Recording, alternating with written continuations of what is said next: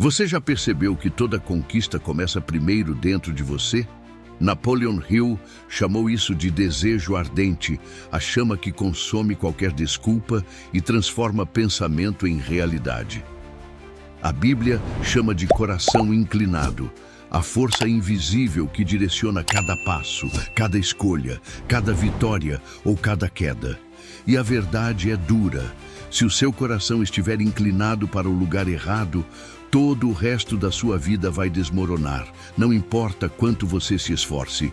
Mas se esse desejo for alinhado ao propósito divino, portas se abrem onde antes só existiam muros, caminhos aparecem onde antes só havia deserto, e a sua história deixa de ser comum para se tornar eterna. O título desse vídeo não está aqui por acaso. Hoje você vai descobrir o que acontece quando o desejo ardente de Hill se encontra com o coração inclinado da Bíblia. Prepare-se, porque talvez você perceba que até agora esteve desejando coisas que nunca poderiam te preencher de verdade. E antes de continuar, eu quero saber, você já sentiu esse conflito dentro de si, entre aquilo que deseja e aquilo que sabe que é o certo? Comenta aqui embaixo só para eu entender até onde isso já tocou a sua vida. Hill dizia que nada começa sem um desejo ardente. É como a faísca que acende o motor de toda conquista. Mas a Escritura nos alerta que o coração humano é enganoso, que é possível desejar coisas que parecem boas, mas que no fim destroem. Aqui está o erro que quase todos cometem: confundir vontade passageira com propósito eterno. Desejar fama, poder, reconhecimento pode até parecer combustível, mas cedo ou tarde esse fogo apaga e deixa apenas cinzas. A verdadeira virada acontece quando você entende que o desejo precisa estar conectado ao que é maior que você. Hill ensinava o método. A Bíblia revela o propósito. E quando esses dois se encontram, nasce um poder que não pode ser parado. O que você tem desejado hoje? Dinheiro sem direção? Sucesso sem propósito? Ou você tem buscado primeiro o reino de Deus, confiando que todo o resto será acrescentado? Essa é a pergunta que vai determinar não apenas o seu sucesso aqui, mas o sentido da sua vida inteira. Desejo sem fé é só fantasia. Hill dizia que a fé é o catalisador, a convicção inabalável de que aquilo que você concebe na mente já existe no invisível. A Bíblia vai além. Fé é confiar em Deus mesmo quando tudo à sua volta grita o contrário. Abraão acreditou quando era impossível. Moisés caminhou quando não havia caminho. Paulo permaneceu quando todos abandonaram. Aqui está o perigo. Muitos falam de fé, mas vivem como se ela fosse apenas otimismo. A fé verdadeira não é cega. Não é só repetir frases bonitas. Fé verdadeira é decisão, é ação, é se levantar todos os dias e dar o próximo passo mesmo quando o chão treme. E é aí que entra a mente. Hill falava de autossugestão, de repetir afirmações até que o subconsciente aceite uma nova identidade. Mas a Escritura sempre falou disso muito antes. Transformai-vos pela renovação da vossa mente. Não se trata de mágica, mas de substituição. Você tira um pensamento que te destrói e coloca outro que te fortalece. É declarar: posso todas as coisas naquele que me fortalece, quando o medo grita que você não pode nada. É vigiar os pensamentos, porque eles moldam o futuro. Quem alimenta a mente com lixo não pode esperar colher vitória. E quando Hill fala em inteligência infinita, muitos entendem como uma energia solta no universo. Mas a Bíblia não deixa dúvidas.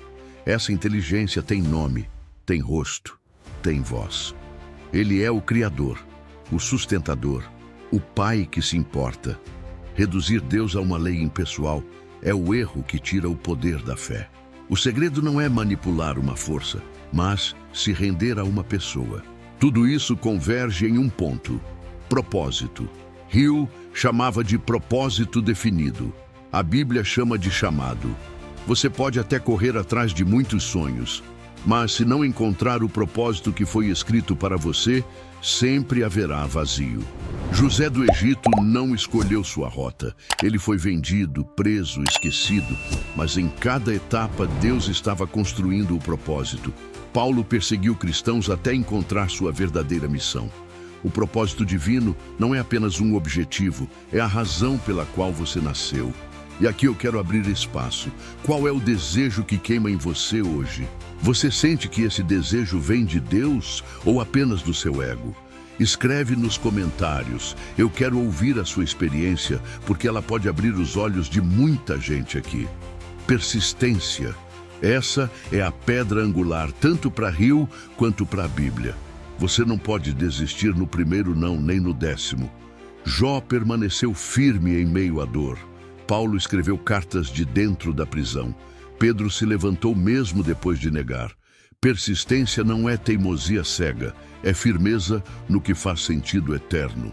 É entender que cada fracasso é treinamento, cada queda é lição, cada porta fechada é redirecionamento. Mas ninguém consegue persistir sozinho. Hill falava do poder do grupo Mastermind, cercar-se de pessoas que pensam grande e multiplicam sua força. A Bíblia chama isso de comunhão.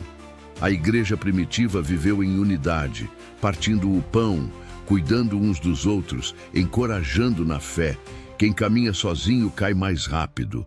O isolamento é o terreno favorito do inimigo. Escolha quem está do seu lado, porque essa escolha define até onde você pode chegar. E tudo isso nasce de um ponto simples: pensamentos. Hill dizia que pensamentos são coisas. A Escritura diz: assim como o homem pensa no seu coração, assim ele é. Pensamentos moldam caráter, decisões e destino.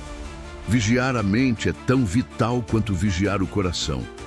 O erro é achar que pensamento positivo resolve tudo. Não resolve. O que resolve é pensamento renovado, fundamentado na verdade. Mas existe uma barreira que sufoca todos os outros princípios: o medo. Hill dizia que o medo é a maior prisão invisível, e a Bíblia repete a cada página: não temas. O medo de não ser suficiente, o medo do fracasso, o medo do que os outros vão pensar. Esses medos corroem a fé e roubam o propósito.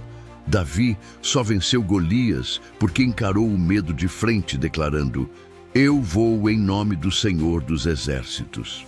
Daniel só atravessou a cova porque acreditou que não estava sozinho. O segredo não é negar o medo, mas usá-lo como palco para a coragem nascer. E quando você começa a agir sem medo, entra no princípio da semente. Hill falava de contribuição, de dar algo antes de receber. A Bíblia já havia dito: o que o homem semear, isso também colherá. A diferença está na motivação. Quem dá apenas para receber de volta, planta vazio. Quem semeia por amor, colhe eternidade. Jesus contou a parábola do semeador para mostrar que nem toda semente gera fruto, mas a que cai em terra boa multiplica 100 vezes mais. A pergunta é: o que você tem plantado hoje? Outro ponto que Hill destacou foi a energia criativa. Ele falava sobre canalizar a força da sexualidade para criar, para produzir, para conquistar. A Bíblia ensina o domínio próprio, a pureza de coração, a integridade nas áreas mais íntimas. Não se trata de reprimir, mas de redirecionar. Muitos se perdem porque usam essa energia para alimentar vícios ou distrações. Mas quando você a consagra, quando decide canalizar essa força para algo maior, ela se torna combustível para a realização. José resistiu à tentação da esposa de Potifar, e isso foi o que abriu o caminho para ele se tornar governador. O autocontrole é a chave que liberta energia para o propósito. Então, chegamos ao último ponto: a intuição. Hill chamava de sexto sentido, a voz interior que guia quando você já domina todos os outros princípios. A Bíblia chama de discernimento espiritual. É a voz do Espírito Santo que sussurra quando seguir e quando parar, quando falar e quando silenciar, quando persistir e quando recuar. Samuel ouviu essa voz ainda criança, João Batista foi guiado por ela no deserto e até hoje essa voz não se calou. Mas cuidado, não confunda emoção com discernimento. Emoção é instável, discernimento é firme. Emoção te leva pelo impulso, discernimento te guia pela verdade. E quando todos esses princípios se unem, o desejo ardente, a fé, a mente renovada, o propósito, a persistência, a comunhão, a vigilância dos pensamentos, a coragem diante do medo, a semeadura, a pureza, a intuição, você descobre que Hill não estava apenas falando de sucesso, ele estava, talvez sem perceber, descrevendo princípios que a Bíblia já carregava há séculos. O segredo não é escolher entre Hill e a Escritura, mas entender que o que é verdadeiro sempre aponta para o mesmo lugar, a transformação da sua vida, de dentro para fora. Se esse conteúdo fez sentido para você, eu te convido a não parar aqui. Assista os outros vídeos do canal, porque cada um deles aprofunda ainda mais como Napoleon Hill e a Bíblia se encontram para revelar segredos de disciplina, fé e propósito. Continue essa jornada, porque a transformação não acontece em um único vídeo, mas no caminho inteiro.